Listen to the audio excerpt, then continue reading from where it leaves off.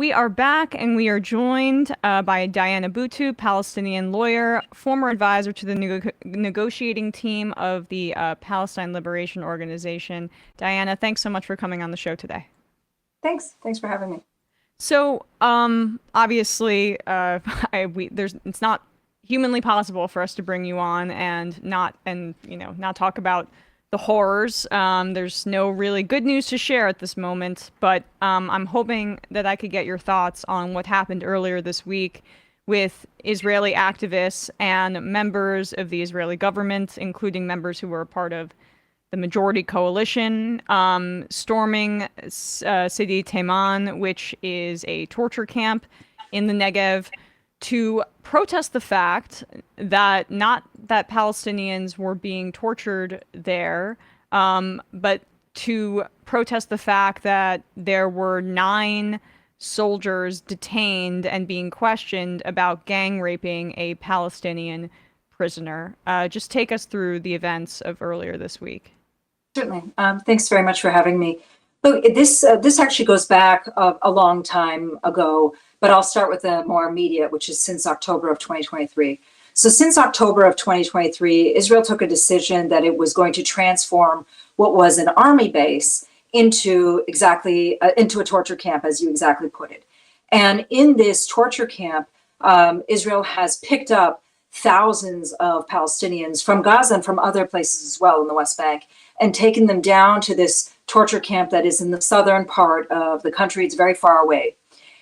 We actually don't know the full numbers. We're told upwards of 21,000 Palestinians have been abducted in this manner. The vast majority of them are being held without charge, without trial, without even knowing whether they will ever be able to leave this prison camp, this torture camp. Now, since there has been so much overcrowding, we've seen that Israel has actually released a number of Palestinians. And the Palestinians who are being released, and I've spoken to quite a number of them, are all talking about the same system of torture, of being shackled 24 hours a day, being placed in the fetal position, the shackles so tight that some people have had to have their hands and feet amputated, with daily torture, with not being allowed access to water, not being allowed access to have a shower, being forced to eat food that is filled with maggots, and so on.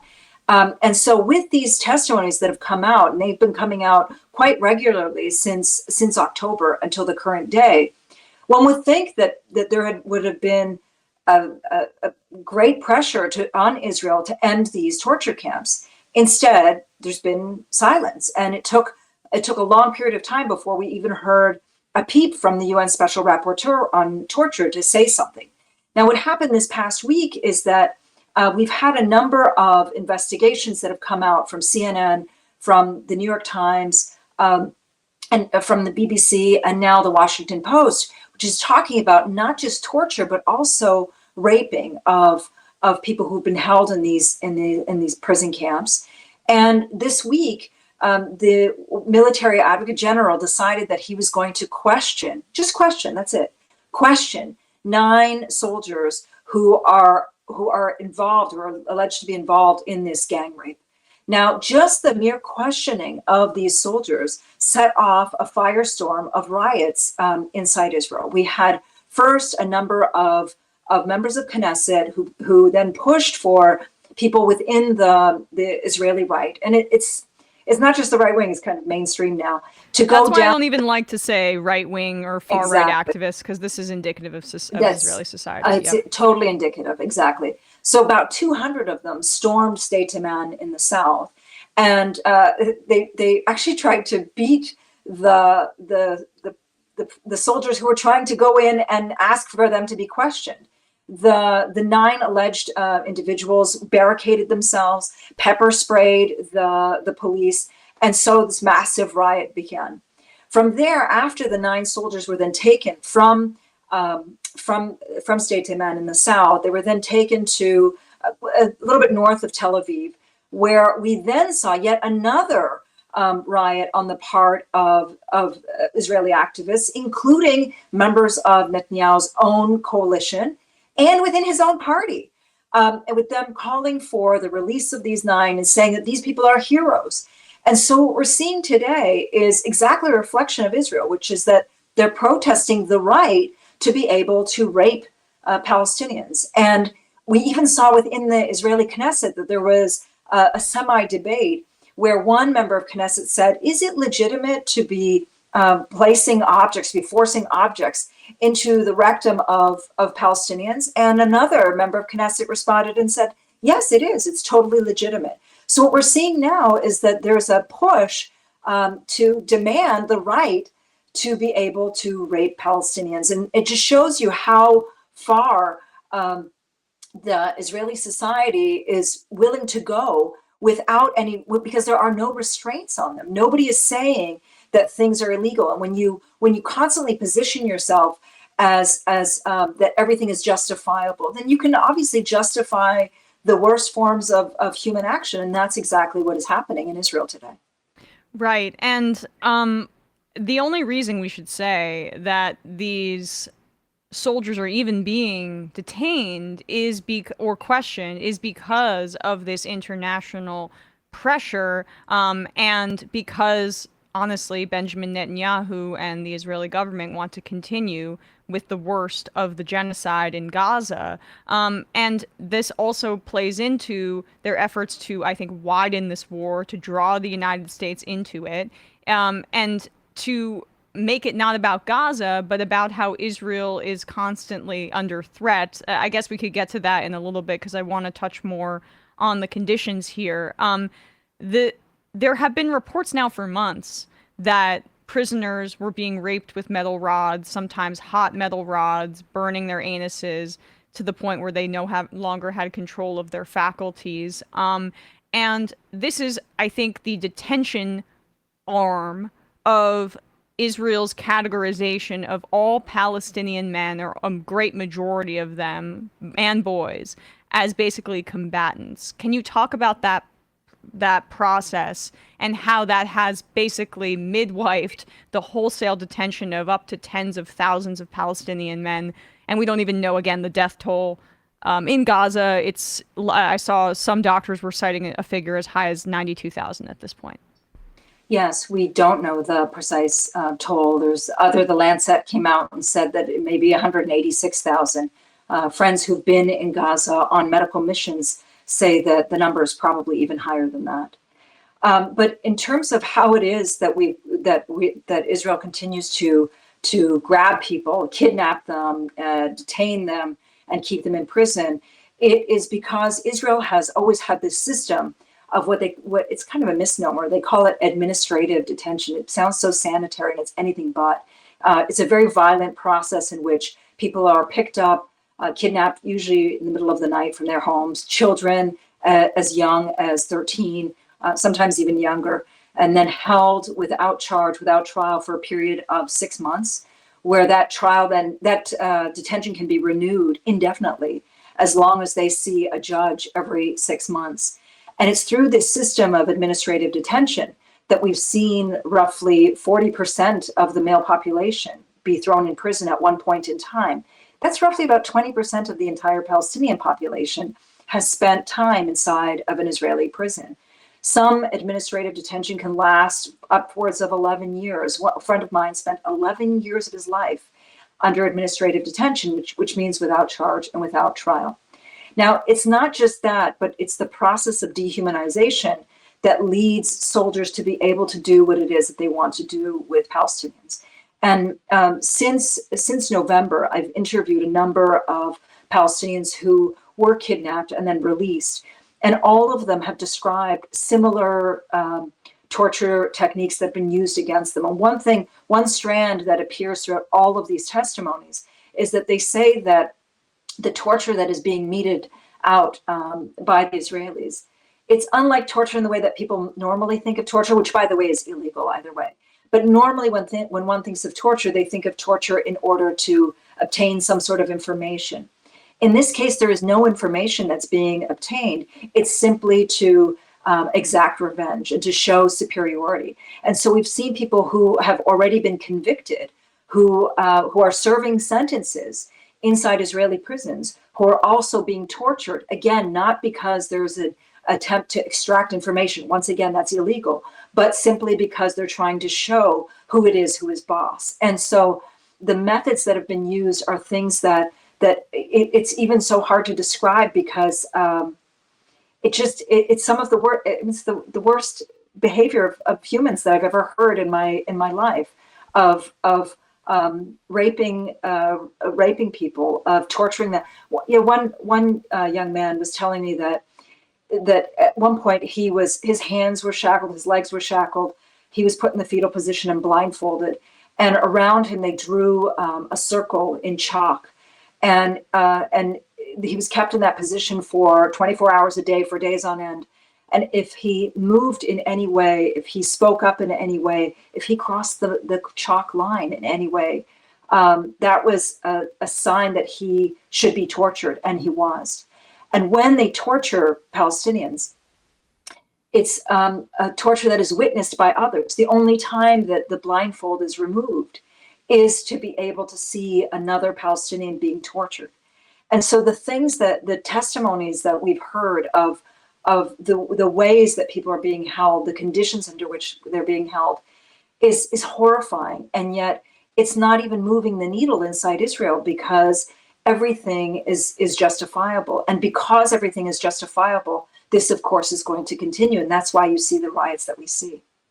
And in terms of it being broadly accepted, this kind of brutalization towards Palestinians within Israel, I'm struck by the fact that these break-ins by these activists seem to happen quite a bit. Yes. Whether it be along the border into Gaza, wow, I don't know, somehow security just seems to fail all the time. And these activists who want to starve everybody in Gaza to death are just able to block all the aid trucks. I mean, what could the people who are manning the border do? Or whether it be the break-in into this torture camp, concentration camp, you could argue. It just seems like, oh, they're able to get in. What could we do? Can you speak to just almost like the tacit acceptance or almost appreciation that so many Israeli guards or people who are a part of the militaristic infrastructure there, their relationship with these activists who are at the front lines of expanding Israel and wanting the genocide to ramp up and continue? This is a great question, Emma, because I think people often make the mistake of somehow separating the Israeli security services, the police, the prison guards, the soldiers, the army, from ordinary Israelis or from the extreme right wing.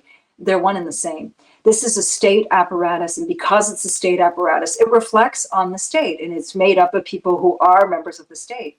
And so because of that, we see a synergy between the two of them. We see that if you look at the West Bank, where the Israeli settlers have been torching Palestinian homes, they've been going after Palestinians and killing them, that instead of the army stopping them, they're actually aiding them. And similarly, as you mentioned, in Gaza, as the aid trucks are supposed to be making their way into Gaza, we've seen that these same security apparatuses are allowing Israelis to set up, get this, bouncy castles in front of these spaces so that they can jump on the bouncy castles, they can eat popcorn, and so that our genocide is their entertainment. And this is allowed to happen. And third, as you put it, as you already said, when it comes to Teiman and the concentration camp or the prison camp that is there, that suddenly they have no means of dealing with crowd control or to stop this riot from happening, but they seem to have those mechanisms when it's Palestinians who are peacefully protesting, who are demanding an end to the genocide and so on. And so the two are so intertwined. These are state. It's a state apparatus, and because it's a state apparatus, it's made of people who are from the state, and it's exactly reflective of Israeli society. So they're not going to go there. They're not going to poke a hole in the bouncy castle. They're not going to tell people to move on and allow the aid trucks in. They're not going to use any method to stop the riots from entering into Teiman or otherwise. They're not going to stop the settlers from from torching Palestinian homes. They're working together rather than opposed to one another. And the other kind of hand that's doing the other aspects of maintaining the genocide is also playing up the threat of other nations within the Middle East to Israel's security. And, you know, what we saw, I guess, over the past 48 hours with the assassination of one of Hamas's longtime leaders, Ismail Haniyeh, who, my understanding, you know, he was considered one of the more moderating forces within Hamas as opposed to Sinwar, and this was done within Tehran, so in, you know, Iranian sovereign space. This was also hours after there was an airstrike in Beirut, also again. That's you're supposed. This is not Israel's country, but apparently they can do airstrikes wherever they want. And that killed a Hezbollah commander, but also injured others. The United States denied any involvement, but this is so clearly an effort by Benjamin Netanyahu to, one, get some sort of, I think, aesthetic victory as Israeli society is kind of crumbling around him, and two, to undermine the ceasefire talks, which he has been doing, and Haaretz and other reporters have highlighted this. He has been doing this now for 7 or 8 months, undermining any ceasefire process. Can you speak about that and how this is just such a farce at this point? Yes, you're absolutely right. It's not just undermining the ceasefire talks. Look, I think what's important to step back. If Israel were truly interested in having the Israelis returned, the Israeli captives returned, they know that the only way that can be done is if there is a ceasefire and if Israel releases Palestinian political prisoners. They've known this from the first day, and we're on now day 300. It's become clear that the only way that Israel can release large numbers of Israelis is if there is a ceasefire, and that's why the ceasefire that took place in the end of November is what led to the release of a large number of Israelis. But and despite the fact that he knows this, it's become clear that he doesn't care about the Israelis at all. Quite the contrary, because what he's doing is he is constantly just amping up this genocide, and not just a genocide that is in Gaza, but he's also attacking Lebanon. He's also now attacked Iran twice, because he just doesn't care about the Israelis. But more than that, he wants to set the entire region aflame so that he can stay in office. Yep. The public opinion polls are showing that Israelis do not want him any longer, that if anything, he's going to be the one who's held to account, not just for what happened in October, but for his corruption that predated October. And so they're done with him. And so he knows that. And because he knows that, he's willing to set the region on fire in order to stay in power. And this is the height of narcissism when it comes to being a leader, that he's willing to put everybody in jeopardy just in order to maintain his rule. He's willing to go down and commit genocide in order to maintain his rule. And it shows the weakness of the international system.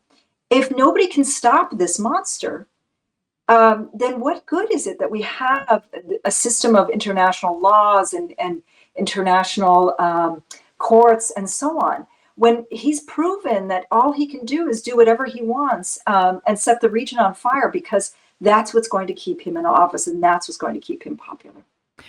In terms of setting the region on fire, Bradley, can we show this footage of what's coming out of Iran? This is a procession for a funeral for Ismail Haniyeh. I'm sorry, I'm terrible about pronunciations. I'm catching it from Sam. That's who I'm blaming it on. But this was some footage, and this is confirmed by CNN that the funeral procession was quite large, of for the Hamas leader in Iran here.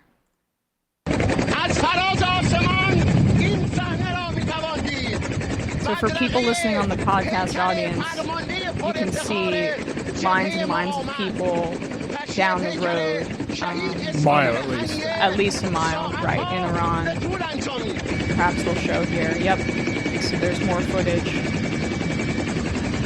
The only reason I show that, I think that's good, Bradley. The reason I show this is because I think in the Western press, there is this incredible arrogance about what we should be doing, what we're allowed to do to a region that should be sovereign, that should be able to have democracy, to self-actualize, to have dignity, and how, with our continued support for the Zionist project, the United States delegitimizes itself to millions and millions of people.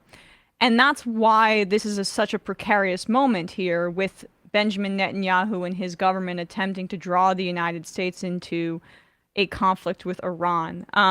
Now, I have my doubts that Iran's going to respond to this because they have showed restraint. They did not retaliate in a way that was destructive when they could have after Israel killed some of its leaders by bombing the Damascus consulate a few months ago.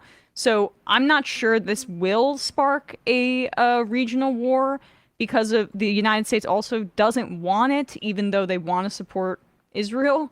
But you can see how Israel is attempting to draw the United States in, and what that does for widespread reception among millions of people about America and our role in all of this. Yeah, you asked a really important question a little earlier on, and you said you weren't sure as to whether the United States knew or didn't know about this attack on Ismail Haniyeh. And either way, it's worrisome, and either way, it doesn't matter. Right. And the reason that it's worrisome is that if they don't know what their client state is doing, that's pretty bad. And if they do know what their client state is doing, that's also pretty bad, because the idea that they would be authorizing going into another country and carry out a political assassination, again, of the person who is negotiating for the end to this attack on Gaza, is pretty worrisome. And at the same time, it also doesn't really matter, because it's become proven that it's Israel that's calling the shots, not the United States. This was clear when Netanyahu went to Congress just last week, and he was very clear in saying that he's the boss. He's the one who's doing everything. In fact, he said to Biden, "You told me not to go into Rafah, and I did it anyway." It was a nana nana boo boo. But I think that the issue about whether the U.S. is being dragged into this, you're absolutely right. Netanyahu wants this to be a regional war, with the United States not only paying for it, but getting directly involved in it, because he wants to emerge victorious. And the only way that he's going to be able to emerge victorious is if he can say that he wiped Gaza off the map, which so far he has managed to get rid of. He's managed to destroy the largest Palestinian city, which is Gaza City. He's made the Gaza Strip unlivable.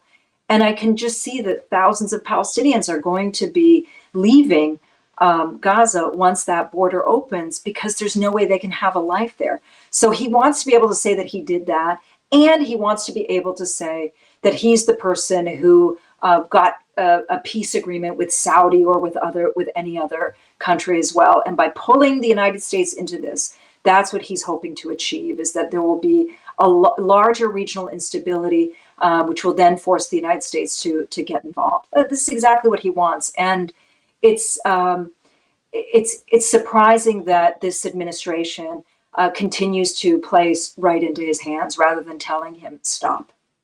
Surprising, yes. So now I would love your assessment of this. I think people think it's impolite. I don't really care about being impolite to Joe Biden, because he's presided over a genocide. But I think people think it's impolite to ask this question. Has he been entirely manipulated by Benjamin Netanyahu because his brain is not seemingly working anymore, and he doesn't know when Netanyahu is humiliating him on the public stage? Like, I'm only speaking about self-interest from a political perspective, about not getting humiliated, about trying to have some dignity. I mean, all these politicians have enormous egos. As somebody who's been an advocate for Palestinians, you're Palestinian Canadian, and of course have been immersed in this for so long. Like, what do you see here with the Biden Netanyahu relationship that makes this so uniquely destructive and that Netanyahu has clearly taken advantage of? Look, I think the big thing is that Biden has always said that he himself is a Zionist. And if you look at his record of voting, he's always been on the wrong side of history, incidentally. But particularly on this issue, he's always stood shoulder to shoulder with Israel because he is a Zionist. Now, since he authorized the genocide back in October, I think that he has not only continued to dig his heels in, but I think he's dug his heels in, even knowing that this would eventually cost him the election. I think that it's a mistake to think that Joe Biden stepped down and isn't going to run just because of his age. But I think that there were other factors as well, that when you look at younger voters and people who are of conscience, they're saying we're not going to vote for Joe Biden because he is Genocide Joe, because he's been the person who has presided over this genocide. Has he also been played by Netanyahu? Yes, I think he has. And Netanyahu is somebody who has made it clear that he wants to see a Trump presidency, that he likes President Trump, which is why he went to Mar-a-Lago. And so for him, he likes having Republicans in office because it allows him to push his agenda even further. So he's trying to push this as far as possible until the next election, hoping that it will be a Trump win, so that he can then continue the next phase of his plan, which is not only the ethnic cleansing and genocide in Gaza, but turning his sights to the West Bank as well. And we've already seen this. We've already seen him start in on the West Bank with more than 500 Palestinians killed just since October.